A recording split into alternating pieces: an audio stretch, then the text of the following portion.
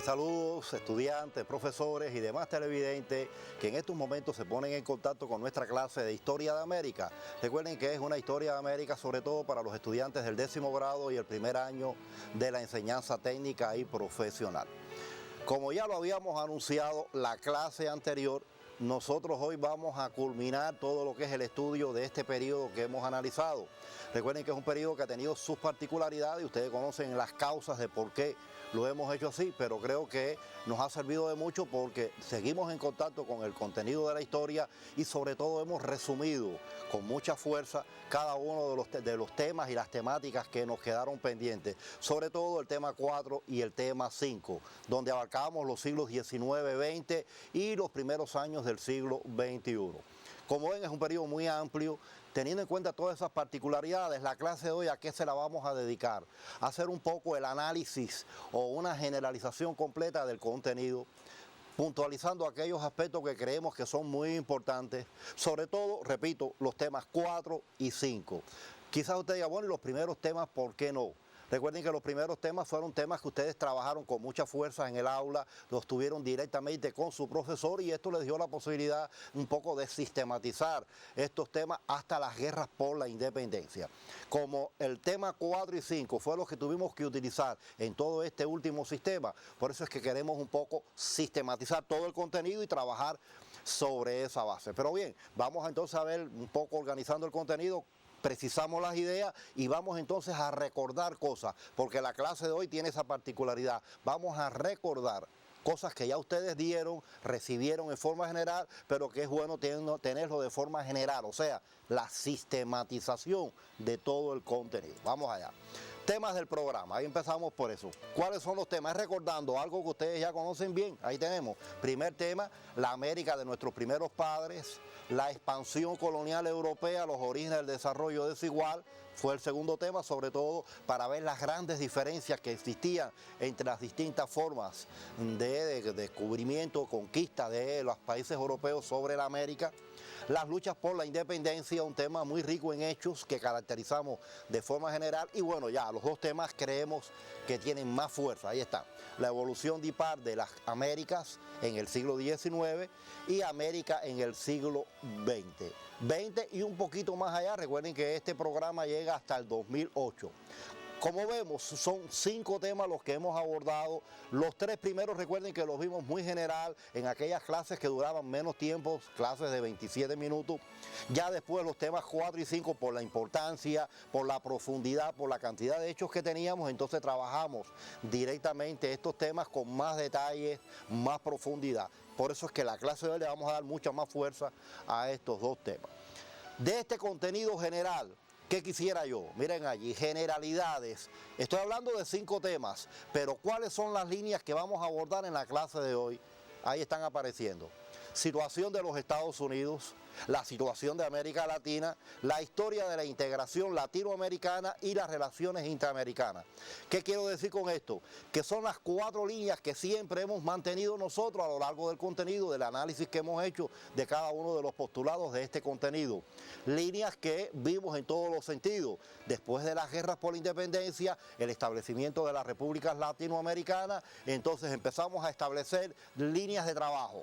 Veíamos siempre en las clases toda la actuación de Estados Unidos en cada uno de los periodos históricos que trabajamos.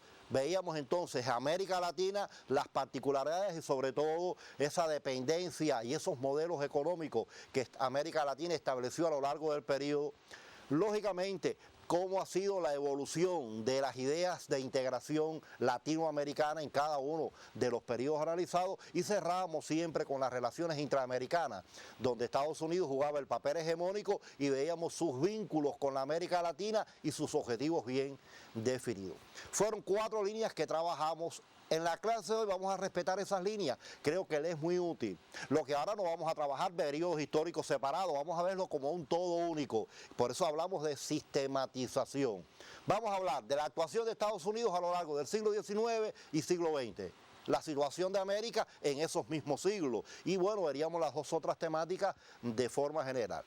Creo que la clase de hoy reviste esa importancia porque nos ayuda a sistematizar algo que nos es muy difícil, porque como es un contenido tan amplio, donde trabajaron tantas particularidades, tantos hechos, tantas personalidades, a veces tenemos todo el contenido y no sabemos cómo agrupar a las ideas. Y la sistematización nos lleva a esto, nos ayuda a tener una idea general del contenido. Y cuando yo diga Estados Unidos, esta es la línea que se va a mantener, y por qué Estados Unidos arriba a la fase imperialista, por qué adquiere un carácter hegemónico después de la Primera Guerra Mundial, hay que ver los factores. Entonces tenerlos todo agrupado para llegar a estas conclusiones. Pero bien, sin dilatar mucho de toda esta presentación, vamos al contenido e ir recordando cosas que ya conocemos. La primera línea es los Estados Unidos. Ahí vamos a empezar porque Estados Unidos, recuerden, después de las guerras por la independencia, ¿cuál es la actuación de Estados Unidos en la segunda mitad del siglo XIX y a lo largo de todo el siglo XX y los primeros años del siglo XXI? Vamos entonces. Miren la primera vez que trabajamos Estados Unidos con esta línea. El despegue norteamericano a lo largo del siglo XIX. Y esto es muy importante porque nos da la medida. Vimos tres factores en aquel momento, mírenlos allí en pantalla. Recuerden ellos: expansión territorial, la revolución industrial y la guerra de secesión del 61 al 65. Tres factores que caracterizamos, sobre todo cuando hablamos en estos sentidos. Recuerden que primero la expansión territorial, creo que era un fenómeno muy importante. Las antiguas 13 colonias necesitaban tierras para todo su desarrollo, tanto industrial como agrícola, y comienza toda su extensión hacia el oeste. Y esto lógicamente nos lleva a determinadas situaciones. Los métodos utilizados por Estados Unidos en toda esta extensión, métodos de genocidio contra los aborígenes del territorio, los indios norteamericanos, sobre métodos, recuerden los métodos anexionistas, las compras, los chantajes, o sea, todas las variantes que vimos en toda esta expansión. Y esto hizo que el territorio norteamericano se engrandeciera desde el punto de vista territorial, algo muy necesitado por el despegue económico que tenía ya esta nación después de su independencia. La revolución industrial, que lo habíamos visto también como un fenómeno determinado, es el impulso, sobre todo en la industria. Aunque la agricultura recibe algunos aportes, pero no tiene el mismo nivel de desarrollo que lo tuvo la industria. Y vimos cómo esto impulsó el propio desarrollo capitalista en los Estados Unidos. Pero había una disyuntiva. En el año 61 había grandes contradicciones entre un norte con un desarrollo capitalista y un sur donde aún mantenían las relaciones de producción esclavista. Esta contradicción va a desembocar en una guerra de secesión, o sea, donde se van a consolidar puntos de vista, intereses de clase, y al final, bueno, el desarrollo lo llevó al triunfo del capitalismo. Una vez culminada la guerra de secesión, se consolidaba la nación norteamericana, un país sobre la base de relaciones de producción capitalista. Todo esto, bueno, volvemos a pantalla, nos llevaba a esta conclusión, y recuerden la conclusión que habíamos analizado en todo el periodo, mírenla allí. A partir de estos elementos se consolida el capitalismo en los Estados Unidos, se consolida el Estado norteamericano y se crean todas las bases para llevar a una fase superior, el imperialismo. Fueron elementos que trabajamos iniciando el tema 4 sobre todas estas ideas. Pero vamos a continuar. En el otro periodo, de 1898 a 1939, un periodo bastante amplio, pero bastante cambiante, con bastantes elementos importantes. Quizás nos preguntemos nuevamente, bueno, ¿y por qué año 1898? ¿Por qué no terminábamos el siglo XIX y comenzamos ya en el siglo XX? Porque es que el año 98 jugó algo significativo para la política norteamericana. Y si nos ubicamos, vamos a relacionar rápido la historia de Cuba. ¿Qué ocurrió en Cuba en el año 98? La intervención norteamericana. Por lo tanto, en ese periodo histórico, Estados Unidos interviene en la guerra que libraban los cubanos contra el colonialismo español. Y esto le posibilitó, después de la firma del Tratado de París, el 10 de diciembre de ese año 98, que Estados Unidos le arrebatara a España las pocas colonias que le quedaban en América. Recuerden que en 1826, al terminar las guerras por independencia, España había perdido todo su imperio en la América del Sur. Ahora, con esta situación que se da, sobre todo en la zona del Caribe, con la intromisión norteamericana en la guerra hispano-cubano-norteamericana, entonces Estados Unidos le arrebata a España la isla de Cuba, la isla de Filipinas, Puerto Rico, las Islas Marianas, las Islas Juan, o sea, las pequeñas propiedades que España le quedaba en todo el mundo. Y esto lógicamente va a consolidar el capitalismo norteamericano. ¿Y qué definimos allí? Como Lenin definió la guerra hispano-cubano-norteamericana como la primera guerra imperialista en el mundo. Por lo tanto, ¿qué estamos diciendo con esto? Que el año 98 es el despegue del imperialismo norteamericano. Un país que había arribado a un gran desarrollo, pero el mundo estaba repartido, necesitaba nuevas colonias. ¿Cómo lo logra? A través de una guerra como esta, con su intromisión en la guerra de los cubanos contra España y lógicamente arrebatándole a España las pocas colonias que le quedaban. Por eso hablamos de la primera guerra imperialista. A partir del año 98 es que comenzamos a analizar este periodo histórico, pero hay cosas significativas. Vamos a pantalla. Por ejemplo, ¿qué trabajamos nosotros en el contenido? Mírenlo allí los elementos. 3 líneas importantes en toda esta etapa. La situación económica, la situación sociopolítica, porque hay elementos que tenemos que trabajar, y la política internacional de Estados Unidos en el periodo 1939, vísperas de la Segunda Guerra Mundial. Y ustedes tienen que hablar, pero yo quisiera recordar, vamos allí. Cuando yo recuerdo, mira a qué conclusión yo voy a llegar. Se consolida como nación imperialista. Pero para yo llegar a esta conclusión tengo que utilizar factores, porque si me mandan a argumentar por qué en el 98 al 39 Estados Unidos se consolidó como una nación imperialista, ¿en qué elementos yo me puedo apoyar? Vamos allí, vamos a ver un poco esto. Vamos a la situación económica por la importancia que tiene. Mírenlo allí. Voy a dividirlo por años, recuerden que así mismo lo trabajamos, por periodos históricos que nos determinan hechos. Y en cada uno de ellos incluso yo les propuse actividades independientes para que ustedes profundizaran. De 1914 al 18 se desarrolla la Primera Guerra Mundial. Ya ustedes conocen la actuación norteamericana en la Primera Guerra Mundial, alejada del escenario de la guerra y aprovechando el comercio, sus relaciones, incluso va, diríamos nosotros, fortaleciendo su predominio como gendarme mundial. Y la guerra sirvió como un gran negocio. Y esa fue la pregunta que hicimos. Ya del 29 al 29 hablamos, del 22 al 29 hablamos del milagro norteamericano. Recuerden que por qué explicamos milagro, o sea, ese despegue industrial, aunque no la agricultura, siempre la agricultura fue un poco rechazada, fue un poco olvidada, pero aquí el desarrollo industrial fue muy importante, esa industria pesada norteamericana significó algo importante en este periodo. Ese milagro norteamericano, demostramos por qué se le dice milagro norteamericano y la falsedad de él, porque en la práctica tal milagro no existió, porque entonces miren el año 29, del 29 al 33 una gran crisis económica. ¿Por dónde estalló la crisis? En la banca norteamericana. Y era el milagro norteamericano. Quiere decir que es un mundo capitalista, las crisis cíclicas. Y esta es una de las mayores crisis que ha afectado el mundo capitalista. Y nace en los Estados Unidos una crisis que repercute en toda la vida de ese país y del mundo entero. Pues estamos hablando de una crisis mundial. Y después viene el otro periodo muy importante, lo valoramos con fuerza, periodo del 33 al 39, la aplicación del New Deal. Recuerden aquel programa que analizamos nosotros, New Deal, nuevo negocio, nuevo trato, como lo quieran decir. Recuerden que había arribado al gobierno norteamericano en 1932 Franklin Delano Roosevelt, en plena crisis económica, donde la situación económica, política y social de Estados Unidos era bastante difícil. Uno de los grandes políticos norteamericanos, este nuevo presidente, propone inmediatamente buscar una solución a la salida de la crisis. ¿Cuál es la solución? Un cambio de política. Por eso aparece el New Deal. Habían dejado a un lado ya el gran garrote, la diplomacia del dólar, y comenzaba entonces en este periodo esta nueva política conocida así como el New Deal, nuevo negocio, nuevo trato.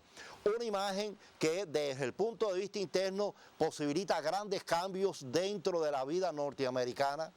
Pero desde el punto de vista exterior, este New Deal nosotros lo conocemos con un nombre muy específico, el buen vecino o la buena vecindad. Y por historia de Cuba ustedes lo conocen muy bien también, todo lo que esto significó para los países donde se aplicó el New Deal. Quiere decir que estamos hablando de una nueva política por parte del gobierno norteamericano que en primer lugar posibilitó sacar a Estados Unidos de esa gran crisis económica, pero además consolidar la hegemonía norteamericana en la parte sur y sobre todo lo que significó en aquel momento. Quiere decir que son momentos que ustedes tienen que tener en cuenta lo que significa el New Deal para la política norteamericana y posteriormente con su consolidación como nación imperialista. Pero volvemos a pantalla porque vamos a hablar del otro periodo del 39 al 59 y creo que cada uno de estos periodos nos dan sus particularidades. Guerra mundial, Guerra Fría, hasta el triunfo de la Revolución Cubana. Son tres pilares que tenemos en este periodo histórico. Veamos entonces. Igual, el mismo análisis que hicimos en el periodo anterior. La situación económica, la sociopolítica y la política internacional. Pero cuando ustedes valoran esta etapa también tienen que arribar a conclusiones y esta es la conclusión que ustedes deben tener. Se consolida como nación imperialista y gendarme mundial. Y este elemento es muy importante que ustedes lo reafirmen, porque van a hablar de la Segunda Guerra Mundial y la actuación norteamericana en la Segunda Guerra Mundial y posteriormente a ella todo lo que va a ocurrir. Son elementos que tenemos que tener en cuenta, pero vamos a especificarlo porque si no lo dejamos así en el aire y hay elementos que trabajamos y ustedes tienen que consolidarlo. Ahí está. Del 39 al 45 ustedes saben que se desarrolla en el mundo la llamada o conocida Segunda Guerra Mundial. Guerra Mundial que nuevamente su escenario es Europa y parte de Asia. Una guerra donde el eje fascista lleva la línea del dominio mundial con todas sus particularidades. Reconocemos todo lo que es el papel de Alemania, Japón, Italia, que son países abanderados en este eje fascista. Y entonces a partir del año 39 comienza la Segunda Guerra Mundial. Estados Unidos está alejado de la guerra, igual que había ocurrido en la primera, pero durante la guerra Estados Unidos va a adoptar dos posiciones, mírenlas allí, las trabajamos también de esta manera. En un inicio una neutralidad. Estados Unidos al estallar la guerra plantea no incorporarse a ella por determinadas razones, sobre todo por la presión que ejercen los grandes monopolios al gobierno para mantener, lógicamente, estamos hablando de una guerra que tiene particularidades y esto era el despegue industrial norteamericano, el fortalecimiento, porque se va a desarrollar una gran industria vinculada a la guerra, la industria bélica. Y el hecho de que Estados Unidos esté fuera del escenario de la guerra posibilita que haya un gran desarrollo industrial y que esa industria bélica impulse todo el desarrollo de Estados Unidos. Y entonces aplican esta neutralidad. Pero ¿qué ocurre? Japón ataca sorpresivamente a una base naval norteamericana, Pearl Harbor, y a partir de aquí Estados Unidos tiene entonces que declararle la guerra al eje fascista en 1942. Y entonces, bueno, la actuación norteamericana, todos sus postulados, todos los elementos que ustedes conocen de esta actuación. Volvemos a pantalla, porque hay cosas que debemos trabajar. Después de terminada la Segunda Guerra Mundial, ustedes conocen la situación político-social del mundo y sobre todo de Estados Unidos. Se lanzan las bombas atómicas en el año 45 en Japón, Hiroshima y Nagasaki, ustedes conocen ese hecho histórico por historia contemporánea, y sobre todo, bueno, recuerden siempre que hablamos en estos términos de las bombas atómicas, la política de Guerra Fría. Hasta ese momento Estados Unidos estaba aplicando la buena vecindad que le posibilitó salir de la gran crisis económica del 29 al 33. Ahora la Segunda Guerra Mundial va a consolidar el desarrollo norteamericano, lo va a convertir en el gendarme mundial a partir de estos momentos. Pero hay un cambio de política porque las bombas atómicas tenían un objetivo muy claro: demostrar la fortaleza norteamericana, demostrar ese carácter de gendarme mundial y sobre todo la gran amenaza a los países socialistas. Recuerden que después de la Segunda Guerra Mundial, la URSS, que había liberado del fascismo a toda una serie de naciones europeas, posibilita que estos países entren en construcción del socialismo y después nazca el campo socialista. Pues la Guerra Fría va dirigida precisamente a esto, a ese desarrollo que había adquirido la URSS y sobre todo la liberación de todos estos países que tomaban una dirección socialista. La Guerra Mundial posibilitó todo este fenómeno del fortalecimiento norteamericano y ahora la Guerra Fría, como diríamos nosotros, doctrina, como política llevada a cabo por las potencias imperialistas, especialmente por los Estados Unidos. Ustedes conocen todas las particularidades de la Guerra Fría, sobre todo una esencia: anticomunismo, Era el objetivo era entonces tratar de buscar una barrera que evitara que ese socialismo, ese campo socialista siguiera extendiéndose a otras naciones, frenar. Por eso es una etapa de una cacería de brujas, una cacería contra cualquier elemento comunista, progresista, de que implicara desarrollo en aquella época histórica. Y volvemos a pantalla porque esto lo vamos a reflejar aquí. Dos gobiernos que vemos en toda esta etapa después del 45, el gobierno de Harry Truman hasta el año 52 y después el gobierno de Eisenhower hasta el año 61. Dos gobiernos que responden a esta misma política, una política de guerra fría, una política de presión y anticomunista. Recuerden la doctrina Truman, el objetivo, sobre todo esa guerra contra los elementos comunistas. Ustedes conocen varios ejemplos en el propio Estados Unidos. Recuerden los esposos Rosenberg como un ejemplo clásico que ponemos de esa cacería de brujas o el macartismo, como se llamaba a esta política aplicada en los Estados Unidos, y el gobierno de Eisenhower que continúa una misma línea. Quiere decir que en el periodo hasta 1961 la política de guerra fría en los propios Estados Unidos juega un papel importante desde el punto de vista del control por parte del gobierno de toda la realidad. Un freno al desarrollo de los partidos comunistas. Recuerden que Estados Unidos tuvo una particularidad. Tuvo al principio dos partidos comunistas hasta que lograron fusionarse y quedar un solo partido comunista, pero un partido que adquirió una gran fuerza en momentos determinados, junto con todas estas etnias afro-norteamericanas, latinas y demás que existían en Estados Unidos, que ejercían una gran presión. Y toda esta guerra fría, lógicamente, iba también dirigida contra todas estas minorías étnicas que existían en los Estados Unidos. Es una etapa con todas estas características, pero estamos hablando hasta empezar la década del 60. Ahí no los detenemos porque entramos entonces a analizar ya periodos importantes ya del siglo XX, sobre todo después del triunfo de la Revolución Cubana. Y vamos allí. Cuando hablamos, miren, dos gobiernos en este periodo, del 61 al 63, el gobierno de John Kennedy. Recuerden la política de Nueva Frontera, una política de apertura, el ganar la hegemonía norteamericana, sobre todo en la América Latina. Hasta ahí va dirigida esta política de Kennedy. A Kennedy lo conocemos mucho por la historia de Cuba. Recuerden cuando ustedes profundicen después y ustedes van a hablar de la crisis de octubre que tiene que ver precisamente con este periodo de gobierno. Lo continúa del 63 al 68 Lyndon Johnson. Johnson, que tiene su particularidad y queremos que la gran sociedad es parte de esa política que vimos.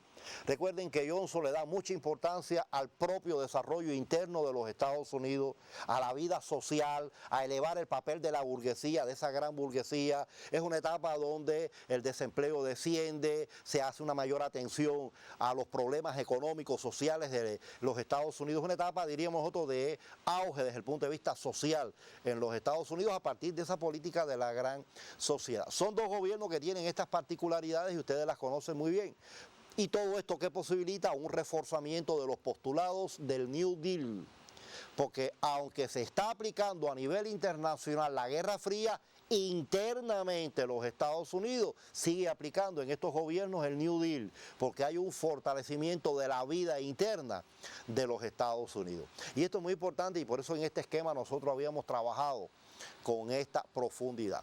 Esta es la década del 60, una década que tiene todas estas particularidades, pero cuando llegamos a la década del 70 en los Estados Unidos encontramos un fenómeno.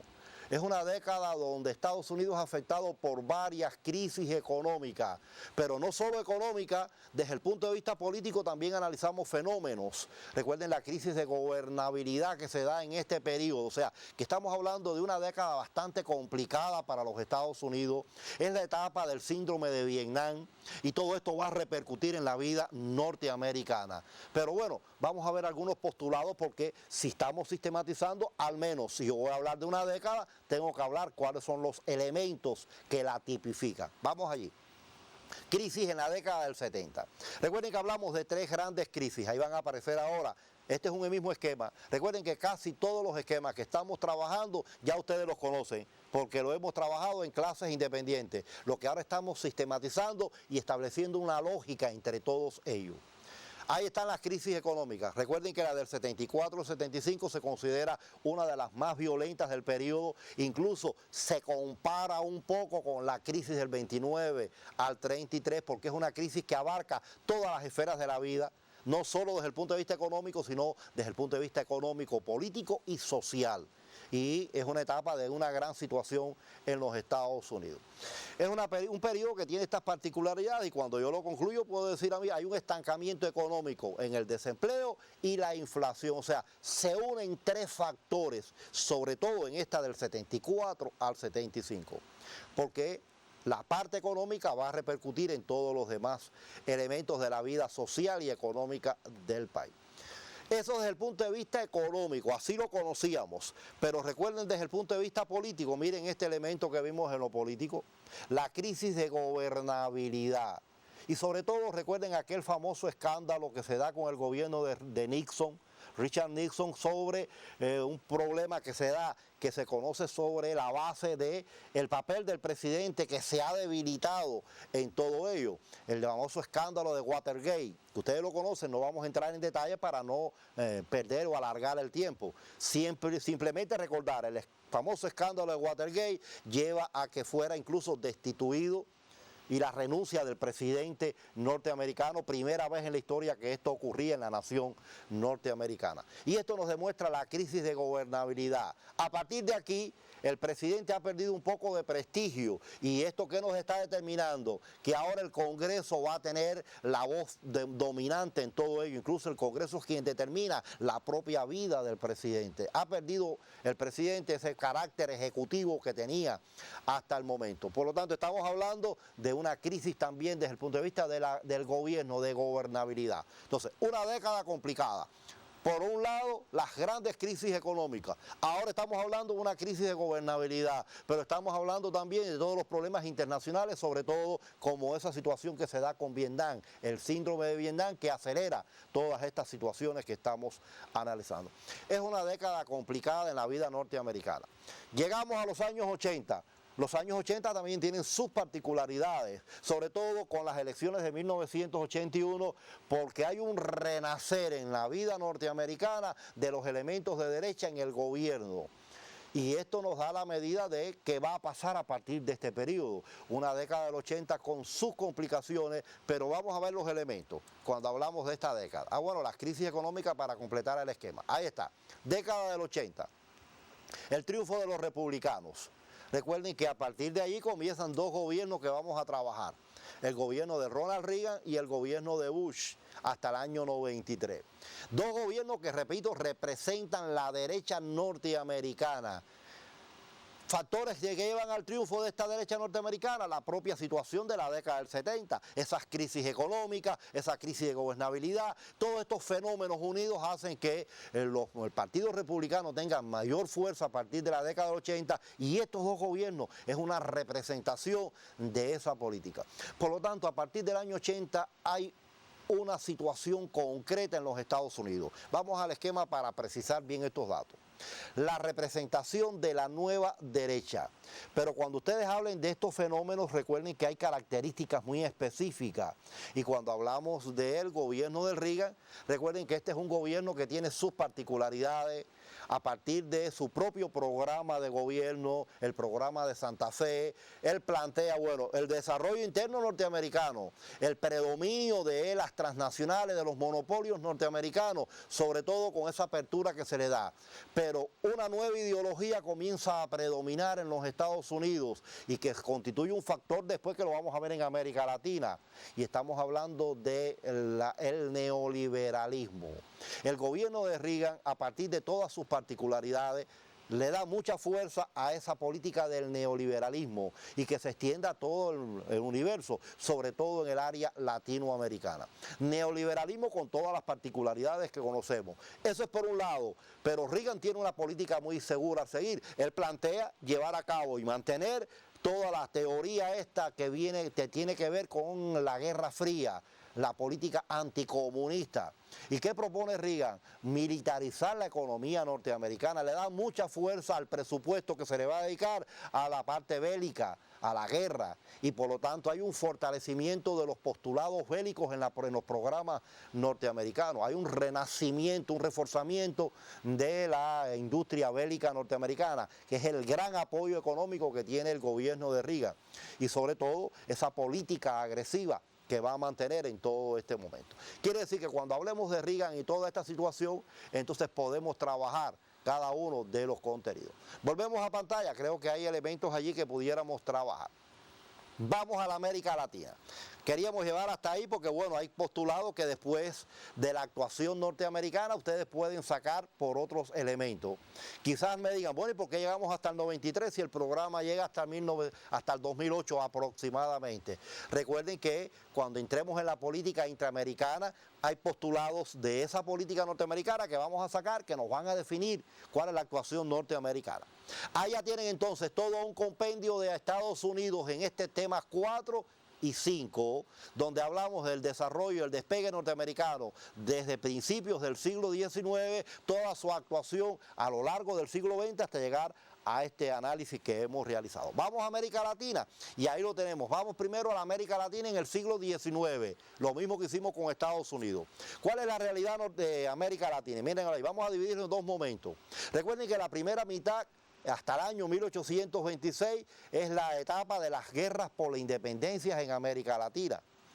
Una vez terminadas las guerras por la independencia, el establecimiento de repúblicas latinoamericanas con toda una serie de particularidades. El predominio del caudillismo, de los terratenientes, una política dependiente al capital extranjero, o sea, muy dependiente. Bueno, Martí, ustedes tienen una actividad que le dejamos de Martí, donde decía que las repúblicas latinoamericanas vivían todavía en la colonia, porque no había cambiado nada. Sí, solamente se habían despegado del monopolio y de la política española, pero en la práctica seguían siendo colonias, pero ahora con la nueva variante de los monopolios norteamericanos, la dependencia al capital extranjero, inglés, norteamericano, que ya tiene una gran fuerza en América. Entonces, es una realidad después de terminadas las guerras por la independencia. Vamos a pantalla para completar. Ahí entonces, a lo largo del siglo XIX, después de la independencia, continuaron dependiendo de las economías capitalistas desarrolladas. ¿Cuántas particularidades no vimos? Lo analizamos desde el punto de vista económico, lo analizamos desde el punto de vista político, toda la realidad que se produce en América en este periodo. Es importante que ustedes, cada etapa que analizamos, tanto de Estados Unidos como ahora de América Latina, ustedes tengan en cuenta cada uno de estos elementos. Cuando hablamos de la América Latina, recuerden que esta es una etapa donde esta es la realidad económica, política y social, pero es una etapa donde ustedes conocieron un hecho histórico muy importante, la Revolución Mexicana, el llamado movimiento de la Reforma en México, de 1854 a 1876. Ya después, bueno, a partir de 76, recuerden en México el establecimiento de Porfirio Díaz, la gran dictadura de Díaz, y todo esto, bueno, ustedes lo conocen por Historia de América. De ese movimiento de la reforma, por la importancia que tuvo en el momento histórico, vimos estos elementos, que ustedes precisaran las etapas, las principales reformas, el papel de Benito Juárez como una de las principales figuras, el manifiesto al volver a la capital donde se consolida ya el objetivo de esta reforma y por qué fracasó al final la reforma mexicana. Creo que en este sentido trabajamos el periodo histórico, un periodo que tiene todas estas particularidades, sobre todo porque estamos hablando del cierre del siglo XIX, esa segunda mitad del siglo XIX, donde desde el punto de vista económico, político y social, la realidad de América Latina era muy difícil por esa dependencia al capital extranjero. Esa es la etapa de finales del siglo XIX. Arribamos al siglo XX. En el siglo XX ya encontramos algunos despegues, algunos modelos económicos, algunas tendencias que se van dando a partir de este siglo, pero siempre con sus limitantes.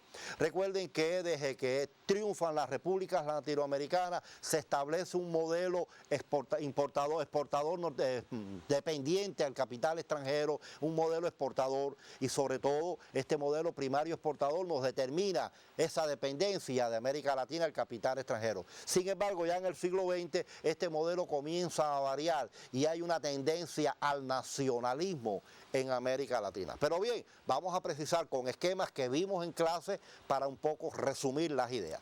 Vamos a la América Latina hasta el periodo 39, igual que hicimos con Estados Unidos, en víspera de la Segunda Guerra Mundial. Ahí hay hechos importantes. Primero, este nuevo modelo. Cuando comienza el siglo XX se mantienen un modelo económico que era muy importante, mantener la dependencia de los monopolios extranjeros, sobre todo donde se ve con más fuerza cuando se aplica la política norteamericana que hablamos del buen vecino, esa buena vecindad, ese Estados Unidos buscando su hegemonía en América. Y este es un periodo donde queda demostrada toda esta realidad. Pero además hay una segunda variante del nuevo modelo, que es un proyecto de carácter nacionalista que rompa con la dependencia. Y ya esto es algo importante porque estamos hablando ya de una línea nacionalista en América Latina. Se mantiene con gran fuerza y sobre todo en los gobiernos que se establece esta línea de dependencia, pero ya en algunos países se da este proyecto nacionalista que rompiera la dependencia y sobre todo ese carácter de economías cerradas, de economías de un objetivo fundamental que era producir, pero para el capital extranjero, no para que eso revirtiera en el propio desarrollo interno. Son modelos que vimos desde el punto de vista económico, sin embargo, desde el punto de vista político nos detuvimos en esta línea, porque estamos hablando de un periodo donde ocurren grandes acontecimientos económicos, pero ¿cómo va a repercutir la Primera Guerra Mundial con cierta reanimación económica, la realidad, el triunfo de la Revolución Socialista de Octubre que influye en todo el continente y sobre todo en la década del 20 y a partir de ese mismo año 20 hay un auge revolucionario en América Latina?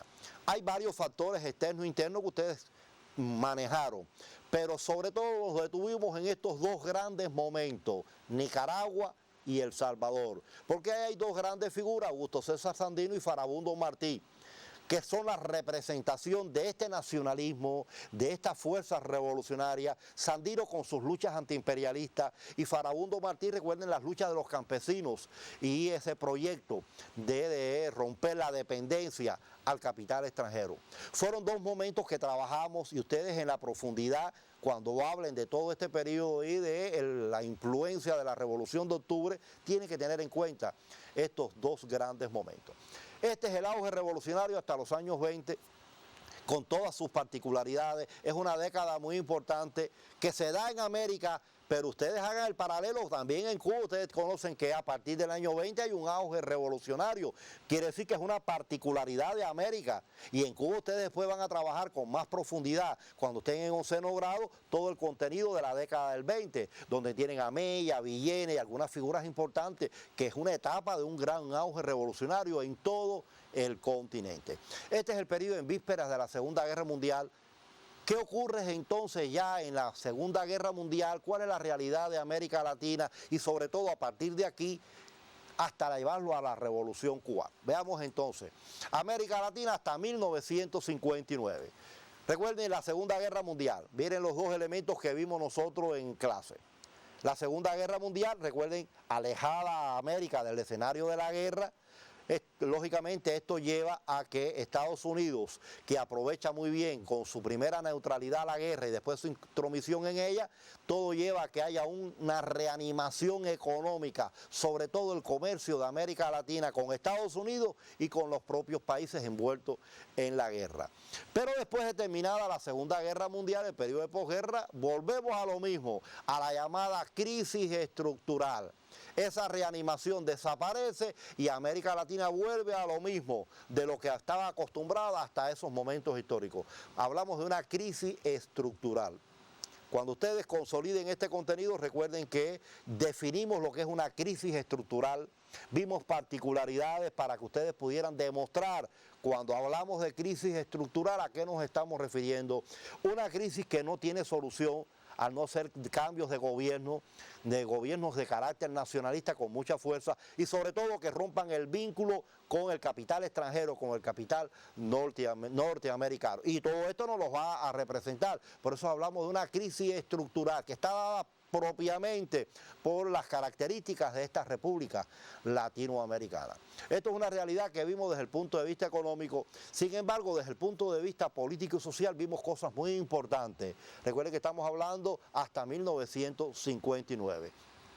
Vamos allí, la política desde el punto de vista sociopolítico.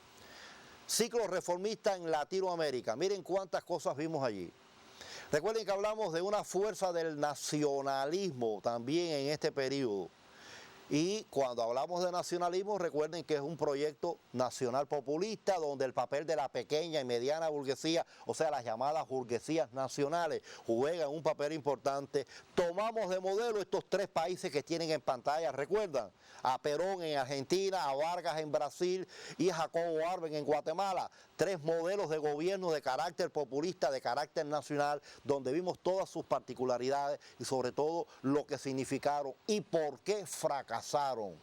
Porque ahí tenemos que hablar de la política norteamericana y sobre todo de estos terratenientes, esta oligarquía terrateniente existente en América y esos gobiernos que muchos representaban esos intereses. Por lo tanto, es una etapa que en el medio de una guerra donde hay una reanimación económica, también hablamos de periodos de gobiernos populistas, de gobiernos de carácter nacionalista, donde la burguesía nacional juega ya un papel importante. Es una realidad en América hasta el año 59, pero bien, a partir del 59, con el triunfo de la Revolución Cubana, hay una influencia en grandes aspectos y ahí nos quisiéramos detener. Vamos entonces hasta el otro periodo, un periodo que nos acercamos bastante a la actualidad, 1998, un periodo muy rico en hechos. Es una de las temáticas, creo, que más profundidad ustedes tuvieron que trabajar, porque tiene muchas acciones desde el punto de vista económico, desde el punto de vista político, social y desde el punto de vista intraamericano. Cuando hablamos en estos elementos, miren lo primero que vimos, la estrategia desarrollista que se da en todo este periodo. Se plantea un despegue económico latinoamericano y buscan una estrategia que lleva al desarrollo autónomo de América. Pero hay limitantes. ¿Cuál es la limitante? Primero, mantener la alianza con el capital extranjero, o sea, sigue la dependencia. Y además plantean un desarrollo tecnológico. Pero es que ese desarrollo tecnológico, ¿dónde radicaba? En las grandes potencias, sobre todo en los Estados Unidos. Por lo tanto, se afianzaba con el desarrollo tecnológico la dependencia al capital extranjero. Y todo esto lógicamente hace que fracase y sobre todo se agote, se empiece a agotar todo aquel proyecto que vimos nosotros al agotarse el modelo primario aquel exportador a este modelo ya de sustitución de importaciones. Hay un agotamiento porque si se mantiene en medio de todo el desarrollo la dependencia al capital extranjero, entonces esa sustitución de importaciones no resolvía el problema que se planteaba en América Latina. Esto desde el punto de vista económico, desde el punto de vista la década del 80, bueno, ahí tenemos, desde el punto de vista político, la aplicación del neoliberalismo. Recuerden que ahorita hablamos de Reagan a partir del gobierno del periodo y la aplicación del neoliberalismo, donde ahora el gobierno va a liberar, va a darle un carácter un poco más independiente a sectores de la economía. El comercio comienza a ser un carácter independiente, no tiene el control del gobierno, pero además comienza la privatización, sobre todo de aquellos elementos de carácter social. O sea, es una etapa muy difícil que desde aplicación en la década del 80 se ve reflejada en América. Ustedes conocen toda la realidad de América, no nos vamos a especificar aquí. Todo esto agudiza esa crisis estructural. Es importante que en el análisis que ustedes hayan hecho tengan todas estas particularidades, las consecuencias que trajo para América Latina esos 20 años de aplicación del neoliberalismo, y todo esto nos lleva a estas conclusiones que hemos analizado. El agotamiento ya del modelo de la sustitución de importaciones. Quiere decir que es una etapa desde el punto de vista económico con estas complicaciones, pero desde el punto de vista político, mírenlo allí. ¿Qué ocurre en esta etapa? Van a aparecer varias tendencias en América. Una tendencia reaccionaria, lógicamente, con el apoyo norteamericano. Una tendencia reformista donde juega un papel importante la socialdemocracia, los militares, y hablamos incluso de elementos religiosos vinculados ya a estas tendencias reformistas. Y una tendencia revolucionaria. Es una etapa influenciada por la Revolución Cubana de una gran fuerza. Y cuando hablamos de la tendencia revolucionaria, recuerden esto, mírenlo allí. Influencia de la Revolución Cubana. Es el elemento que ustedes tienen que tener en cuenta. En la década del 70 y el 80, países que tienen un auge revolucionario. Perú, Argentina, Uruguay, Bolivia. Recuerden la actividad del Che en Bolivia en este periodo. Chile, la llegada al gobierno de un gobierno con carácter nacionalista, Salvador Allende, en ese periodo, que creo que es muy importante, sobre todo por sus particularidades en esa década del 70, y toda la realidad. Fue uno de los gobiernos que caracterizamos a lo largo del contenido. Ya en la década del 80, bueno, gobiernos y el arribo de poderes populares a estos países, Nicaragua con Sandino, el movimiento sandinista y la figura de Ortega, en El Salvador, en Guatemala, Granada como la nueva perla del Caribe. Quiere decir que son momentos donde hay un auge revolucionario, y ustedes, a partir de estos ejemplos, tanto en la década del 70, 60 y 70 y posteriormente en la década del 80, ustedes caracterizaron modelos que nos explicaban cómo se manifiesta toda esta tendencia revolucionaria. Pero es una etapa donde, debido a la gran crisis económica, debido a la aplicación de ese modelo neoliberal, hace que ocurra un auge de esta tendencia revolucionaria. Es una situación que se da en América muy particular, y sobre todo sobre esta base nosotros trabajamos. Pero bien, ¿qué va a ocurrir en este periodo? Sobre todo a partir de los cambios que se dan. Y veamos entonces la historia de la integración latinoamericana. Porque hablamos de América Latina, la realidad de América en cada uno de los momentos, pero es que paralelamente a esas realidades latinoamericanas, la integración siempre fue una línea a seguir, tanto por los movimientos revolucionarios, por los gobiernos populistas, los gobiernos que representaban toda la nación en este momento, sobre todo gobiernos de carácter nacionalista, y en cada uno de ellos vimos la integración. Ya en el siglo XX, recuerden que la integración se giró un poco más a la parte económica, y vimos varios modelos de integración económica. Sin embargo, ya a finales de los años 90 y ya iniciado el siglo XXI, recuerden que la integración adquiere un carácter generalizador, y ustedes tienen el ALBA, que lo vimos en la última clase, como el modelo más concreto. Pero quisiéramos un poco simplificar esto, cosas que ya ustedes conocen, pero que les debe quedar en la libreta. Cuando hablen de esto, miren cuántos elementos ya trabajamos. Pues estoy hablando de la historia de la integración latinoamericana. Movimiento conspirativo desde finales del siglo XVIII, de esto habíamos hablado. Del momento de la preparación de la guerra, de las luchas por la independencia, ya se dan todas estas realidades, ya comienza a hablarse de integración. Después, bueno, vimos a su gran precursor, Francisco Miranda, vimos el caso de José de San Martín, de José Cecilio del Valle, Eugenio María de Hostos en Puerto Rico. O sea, fuimos viendo, fuimos mencionando algunos de los ejemplos que teníamos. Pero continuamos, dos grandes figuras de esta integración, toda la actuación de Simón Bolívar y posteriormente Martí con sus grandes obras, que son elementos que ustedes tienen que trabajar con fuerza. Ya a partir del siglo XX, recuerden que la integración, como dijimos, tiene un marcado carácter económico. Mírenlo allí. Durante la gran parte del siglo XX, la integración dio prioridad a la parte económica, con el objetivo de frenar el control norteamericano. Esa era la idea. Y ustedes conocieron varios ejemplos, yo les puse tres nada más: el Mercosur, el Grupo de los Ocho y el Pacto Andino, como tres modelos de esta integración desde el punto de vista económico. Repito, es lo predominante en gran parte del siglo XX. Sin embargo, ustedes en la última clase hablamos de este gran hecho histórico, el ALBA, como ejemplo, como modelo clave de lo que era la integración latinoamericana.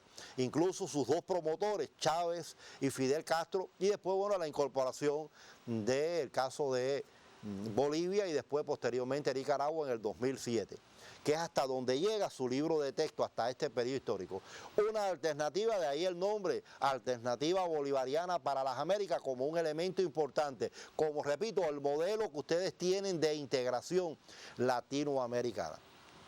Quiere decir que a lo largo de la historia de la integración latinoamericana, ya ustedes conocen toda la actuación, desde que incluso se preparaban las luchas por la independencia. Por eso nos fuimos allí al movimiento conspirativo. ¿Cuál ha sido la historia? Esos dos pilares fundamentales no les pueden faltar, Simón Bolívar y José Martí, hasta llegar ahora a este modelo ya de inicios del siglo XXI. Este es el caso de las relaciones que se establecen en la integración. Pero, ¿cuál ha sido la política yanqui? Aunque ya la hemos mencionado, vamos a recordarla. La política norteamericana hacia el continente. Y esto es muy importante porque hay cosas que ustedes tienen que trabajar. Aunque cuando hablamos de la alternativa vimos un hecho también, y mira, no lo quiero pasar, primera cumbre de América Latina y el Caribe, por lo que ella significó, se celebró en Brasil, recuerden que lo vimos así, miren los temas que analizamos, las características que tuvieron y sobre todo porque esto rompió el aislamiento que Cuba tenía desde el punto de vista político en América, al ser incluida en esta cumbre como un invitado. Por lo tanto, estamos hablando de un cierre de ello, pero ¿cuál es la política norteamericana? Empezamos por ahí, panamericanismo. Estoy recordando, quizás digan, profe, va muy rápido, pero es que ese es el objetivo. Ya son modelos que ustedes conocen, son esquemas que hemos trabajado. Estoy recordando para que esto no les quede pendiente. Y ustedes cuando establezcan una línea de, bueno, ya esta es la actuación de Estados Unidos en cada uno de los momentos. Esta es la situación de América con todos los modelos económicos y la realidad política y social. Ahora estoy hablando de integración. Y ahora voy a hablar de política norteamericana, sobre todo en el área del continente, las relaciones intraamericanas. Por eso hablamos del panamericanismo. ¿Por qué nace el panamericanismo? Para frenar el desarrollo de estas ideas de integración latinoamericana. Recuerden todos los elementos que conocen de ese panamericanismo, el objetivo de ideología, el derecho natural, el destino manifiesto, los precursores de este panamericanismo, la doctrina Monroe como elemento importante, la primera conferencia panamericana del Congreso de Washington del 89 al 90. En este siglo XIX, hasta sus finales, esta es la actuación norteamericana, ese es el famoso panamericanismo, donde Estados Unidos tenía un objetivo: frenar primero las ideas integradoras de América Latina, pero por otro lado convertirse en el hegemónico dentro del área de las Américas. Una integración de América, pero de Estados Unidos jugar el papel importante, el papel hegemónico. De ahí el panamericanismo, de ahí el concepto de este. Estos son elementos que ustedes conocen muy bien, cada una de las doctrinas, de las teorías, de los lineamientos y las políticas que sigue Estados Unidos. Sigamos, porque hay hechos que ustedes conocen muy bien, mírenlo allí. La política del gran garrote por Theodore Roosevelt, la diplomacia del dólar por William Taft, las conferencias panamericanas que comienzan a celebrarse en este periodo, el apoyo al realme de Alemania, recuerden el plan Douglas y el plan Jones, eso lo analizamos en el contenido, y la política del buen vecino que le dimos una gran importancia. Son elementos que conocen, por eso estamos más rápido. Lo que estoy es recordando, cuando ustedes hagan la síntesis, elementos que no pueden faltar en todo el recorrido que hagan. Estoy hablando de la política norteamericana hacia el continente. Llegamos hacia la década del 30, vamos a seguir, porque ahí no se detienen. Miren esto, cuántos elementos trabajamos, cuántos elementos conocemos. En el 45, la fundación de la ONU. Estados Unidos va a encabezar el Fondo Monetario Internacional y el Banco Mundial. La proclamación de la doctrina Truman, habíamos hablado ya de ese momento histórico. El apoyo a los pactos militares, sobre todo a la OTAN. Se firma el TIAR, el Tratado Interamericano, en el año 47. Y algo muy importante, en el 48, nace la Organización de Estados Americanos, como lo fue calificada el Ministerio de Colonias Yanqui, y a partir del año 48 y toda su evolución ustedes conocen muy bien. Sobre todo, cuando hablamos en este periodo, nos detuvimos en estas conferencias, y la Alianza para el Progreso como el modelo que utiliza el gobierno de Kennedy para tratar de frenar la influencia de la Revolución Cubana. Recuerden que esa Alianza para el Progreso, usted tiene que caracterizar cada uno de los momentos. Y todo esto nos lleva, lógicamente, a trabajarlo con fuerza. Ahí está la esencia de la Alianza para el Progreso. Recuerden que es un hecho de los que tienen ustedes que trabajar, porque nos va a servir de base y su influencia después en la Revolución Cubana cuando hablemos en estos postulados. Y bueno, todo esto ¿a qué llevaba? A ratificar la doctrina Monroe, América para los americanos. Creo que es una etapa importante. Ya en los finales, bueno, las conferencias de la OEA, miren estas tres, ¿por qué las pusimos? ¿Por qué las recordamos? Miren los años 60, 62 y 64. Porque cada una de estas conferencias, después en la historia de Cuba, usted tiene que darle una fuerza extraordinaria. La séptima, en el 60, a Cuba la condenan por una revolución hecha. En el 62, Viene entonces la 8ª conferencia, donde a Cuba la expulsan de la organización. Y en la novena vuelve el ataque norteamericano y de las colonias norteamericanas que integraban esa república a la revolución cubana. Cada una de ellas tiene una respuesta en Cuba. Primera declaración de La Habana, segunda declaración de La Habana y la declaración después de Santiago de Cuba. Por eso lo incluimos aquí, porque es que las conferencias de la OEA van a demostrar los propios objetivos de Estados Unidos en todo. Y por eso señalábamos esto, Ministerio de Colonias en Yankee. Y ya cerrando todo este periodo, miren todos otros ejemplos que ustedes conocen de toda la actuación norteamericana. Las intervenciones militares, la aplicación de ese neoliberalismo, la intervención en Panamá en el año 90, la guerra de las Malvinas y todos estos elementos. Y ya al final, bueno, el peligro norteamericano que lo vimos en la clase última, mírenlo ahí.